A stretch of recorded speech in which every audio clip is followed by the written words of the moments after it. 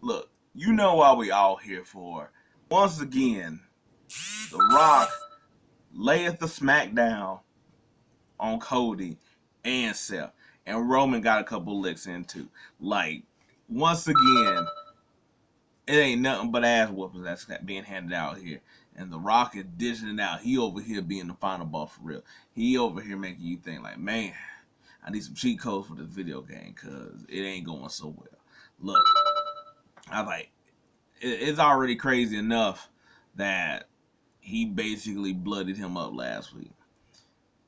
But then, you know, I was like, I'm not gonna say I didn't see it coming. I didn't see Roman Reigns popping back up. But I actually thought that, especially, because I was like, this is pretty much the last episode before we really go to WrestleMania. Like, yeah, they'll do something technically Friday, but I can't imagine that they'll really do something else, right? Either way, I thought it was gonna be their comeuppance, basically. Like, we already knew that it was Bloodline rules, so you knew that Jay, and he already said he was gonna help anyway. So we knew that was gonna happen. We knew The Rock was still around. But when Seth basically smiled, I was like, we knew that Cody was gonna pop up. There ain't no way that Cody wasn't gonna show up before basically this last week. So we already knew that. And they was basically getting their legs back, figuratively, because The Rock got his lick back literally. Yeah, so I was like, it was something that I was like, I didn't see the turn coming. I thought it was like, oh, okay, cool. Like, I didn't think they was going to I didn't think it was something where they were just going to be like towering over The Rock or something like that, just because I think you still want The Rock to be strong or whatever. But I thought it might be something where like they fighting and they that thing where like Rocks goes up the ramp just like like they got me while they in the ring, like yeah. I thought it was gonna be like that mutual kind of thing. It didn't. I was like, Roman. They said they said he came underneath the ring, and I was like, he came underneath the ring. I don't know where he came from. But no, they basically was like, we had this plan the whole time kind of thing, and maybe they did, for however it needed to go. Either way, it didn't matter. Whoever had the plan of the plan, whatever like that, they was on plan C. Cause Rollins said he always got a plan B, and that ain't work. I was like, that baby was still born. It's crazy, but I mean, I was like, to be honest, all of Raw basically went the whole route of we gonna finish off these storylines and get to this weekend. And I'm not gonna lie, left a lot of things really murky. I was like, with this whole bloodline thing, I was like, all I know is that the tag team match they is gonna lose. Now, as far as the main matches, we gonna see. But yeah, just I was like, just a quick rundown of Raw. I was like, basically how it ended, how it started. Basically, Rock coming out here talking about he bloodying up Cody. He made that boy bleed. Roman comes out and he's like, yo, that boy bled, whatnot. But, as they over here giving themselves a good old pat on the back, I was like, Seth comes out here and like, yo, you can't do my boy like that. So the way I see it is I'm going to have to package one of y'all up and y'all can call the shots. Well, Rock didn't want to do it. Roman ain't going to do it. Solo did it. So it was like, cool, I'll fight Solo, but you still left a stipulation out there. So guess what? Bloodline rules, which basically just means it's a hardcore match with Bloodline. That's all that really means. So cool. I was like, we're gonna get that match, nothing to it, but do it. Then they showed. I was like, apparently everybody been on was on Air Hawaii's thing, cause I know there's something about CM Punk. I haven't got to look at it yet. But then like Becky and Rhea was there too, and got to a little kerfuffle up there in his little office or whatever like that too. But that's cool. I like when they do that type of thing, make it a lot more interactive. And then they showed pretty much. Then after that, they showed that little thing. They had Becky talk a little bit, but you don't need to worry about that. I was like, then it was New Day, DIY versus Judgment Day.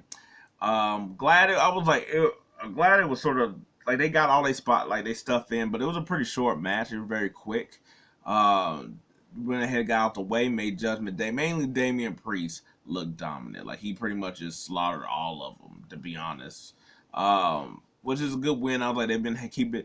I was like, that makes that to me has some more intrigue to WrestleMania, because I was like, they've been having Damian Priest look hella strong here the last couple weeks, and not just like giving him wins, but actually like dominating, beating the hell out of people too, like him being the final nail in the coffin of beating somebody. So I was like, so it makes me, it intrigues me to wonder if they're doing that so that when if they pull the trigger, it won't be like how, like, you know, a while back everybody, I mean, and even still some people now are like, should Damian Priest wearing briefcase seems like such bad, you know.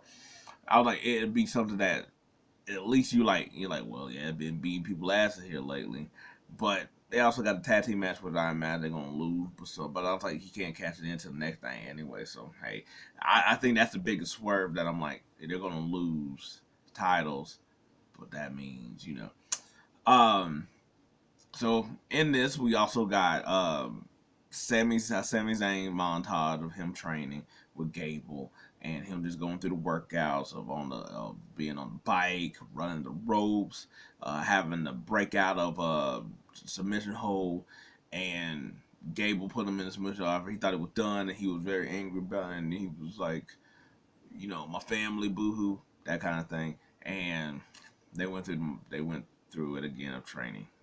Yeah.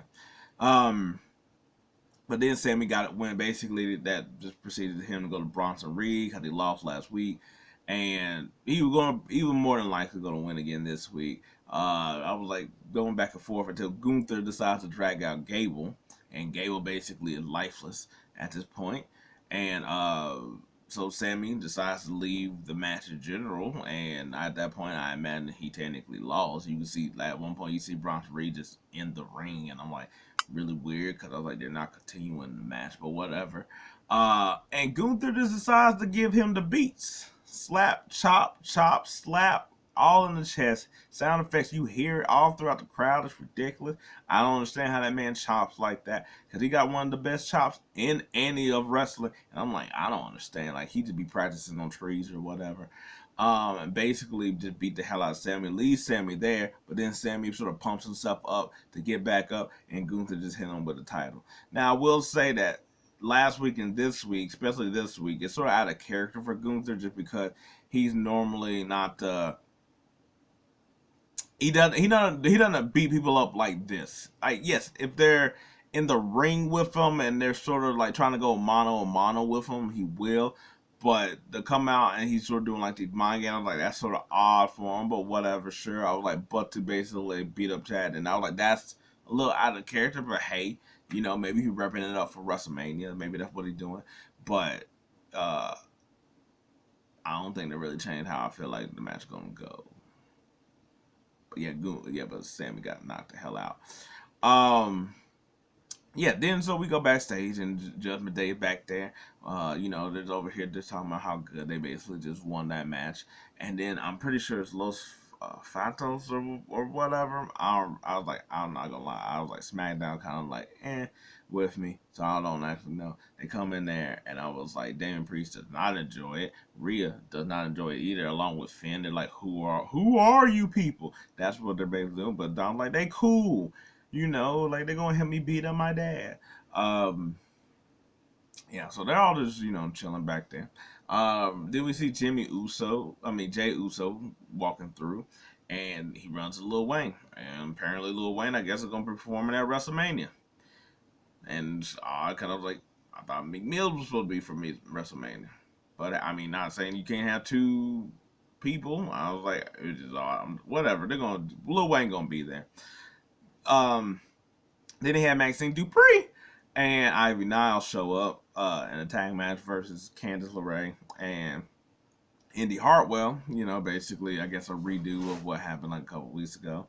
By the way, I was like Maxine Dupree outfits have been awesome here lately. Like, it's not like she's still coming out to the Alpha Academy music, but her outfit hasn't been Alpha Academy. They sort of been like made for her. Like, you could tell, like, specifically it's not any of that Alpha Academy or amateurish looking stuff or whatever. It looks really good though. And she sort of done also changed up how she looked as well too, as well. Like I was like, I was like more mature. I guess I was like that seems really odd. I was like the I'll get with Alpha Academy. She seemed more like a novel where like this is like her trying to be more adult or something. I don't know. And maybe her gear trying to match Ivy now. I don't know. Anyway, the whole point of this was basically telling a story of more problem between Candace and Indy, just because Candace is over here trying to, fight and whatnot, and Indy got to roll up because she was over here mad at Indy for, which is funny, kind of like Candace LeRae pushing Ivy out off the ropes. Isn't like, yes, it's a heel thing, but it's not the worst that she done. I was like, that's not a bad thing to do if you're trying to win a match. That doesn't seem like dirty. So Indy to have like a problem with that seems off for it to be that. What it should have been was like something like she threw Ivy into like the steel steps or something like that. That would be more where I felt like. But anyway, Maxine gets to roll up on Indy, and then there's and Candace is very frustrated. Like, see, this is why we're losing, because stuff like that gets your head in the game. Then we got a Drew sort of promo video, whatever you want to say, at a funeral where he basically just like, ran off of basically how CM Punk can't be doing this. I was like, basically how Seth isn't the chosen one. His normal stick that he's been doing, but at a funeral, basically saying, like, he already done basically killed Punk. He basically gonna do that Seth Rollins as well. I was like, then we got Ivar and Ricochet. And, fun match, big dude that could do a whole bunch of spots versus fast, small dude. I was like, Ricochet gets the win. But I was thinking at the same time, I'm like, I wonder after WrestleMania, are we going to get like a Ricochet push? I don't know what that necessarily would mean or what the means of it would be. But he's been on a winning streak here. I was like, granted to no like big wins, but within the WrestleMania thing, he's getting wins. So it's like, who are we going to go to after this? Maybe I was like, maybe we get another maybe get Ricochet Gunther again at Clash of the Castle or something like that. Go back to the Judgment Day locker room. Everybody doing their thing. Judgment Day over here in the corner. Damian Priest once again isn't happy. Then they bring in Andrade, and they're basically telling Andrade, "Hey, can you take care of Ricochet?" Because they were talking about Ricochet, and he's like, "You want me to do your work for you?" And it's like, "No, that's not what we're saying. What it is." In order to join Judgment Day, JD doesn't like that idea, because of course. But yeah, but Priest and Andrade seem cool, so not as much hoopla in there, But Rhea does not like this, that Dom basically had other friends. So we'll see how all this goes, and maybe this build to, if everybody loses except for Rhea, we'll see. And I'm like, Rhea might lose too. Anyway, speaking of, Becky goes outside, and Becky's over here, you know, basically, she ain't saying no words. She's just like, I want to fight. And Pierce comes out with a bunch of people. And Pierce is like, we're not fighting. So we're about to get a fight. Rhea then comes out, and she basically throws the title at Adam Pierce, distracts him, and runs through hella dudes to get to Becky. Like, it wasn't even nothing to be put up on. And then they just start brawling and fighting. Becky jumps off the top rope, whatever. They still going at it. Hell, they still going at it backstage and whatnot. That Dom had to basically get Rhea up out of here. Then we got Damage Control facing Shayna, Tegan Knox, and Zoe. Just a match. I was like, basically, to put up again Damage Control. Which they get the win. And yeah, I was like, nothing really too much going on here. I was like, just a match that just sort of give us some space between all things.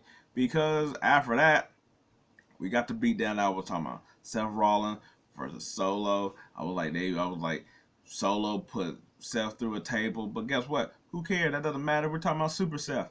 And basically, but when Solo, he got thrown into the table, then he got a curb stomp, and the match was pretty much over. Jimmy tried to come out. Jay was like, yeet, and basically yeet him to the back, but then The Rock basically yeet him back out. and then threw him into like the throne, then threw him away. And I was like, to be honest, I really wish they would have did something more with Jay and The Rock. I felt like there was a missed opportunity there to do some extra stuff, and or have some more character, or try to like bring them back into the bloodline, or turn or something like that. It's just a missed opportunity in my book, or whatever. Like that's their first interaction, so it's just odd that it just like Rock. Anyway, I've done a video on it. Yeah, then The Rock goes down there. Basically, was about to start beating up Seth.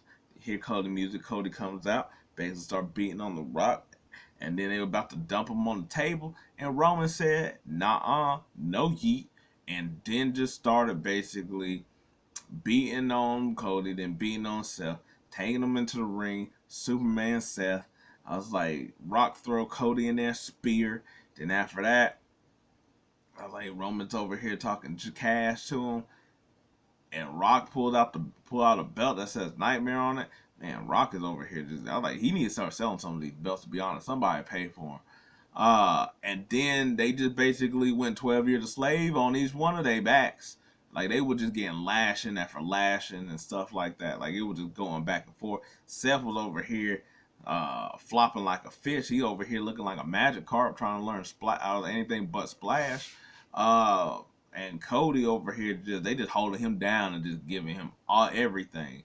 Like everything. Like he was over here getting some like beatings from like the 1800s or something. Yeah, and it was just going back and forth. And then TV basically just went off. And I know that after last week, that after the TV went off, that Rock was still going at it. You can't tell me that they still wasn't killing them dudes after the TV went off. Somebody got some extra footage that we probably gonna end up seeing.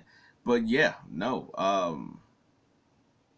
Yeah, Cody, Seth, ass beaten, and talk about being. I don't know what's gonna happen at WrestleMania at all after this, but that is a lot more exciting. And I was like, man, some of y'all might be mad after that Sunday, but anyway, that's the Raw review along with Cody ass beatings.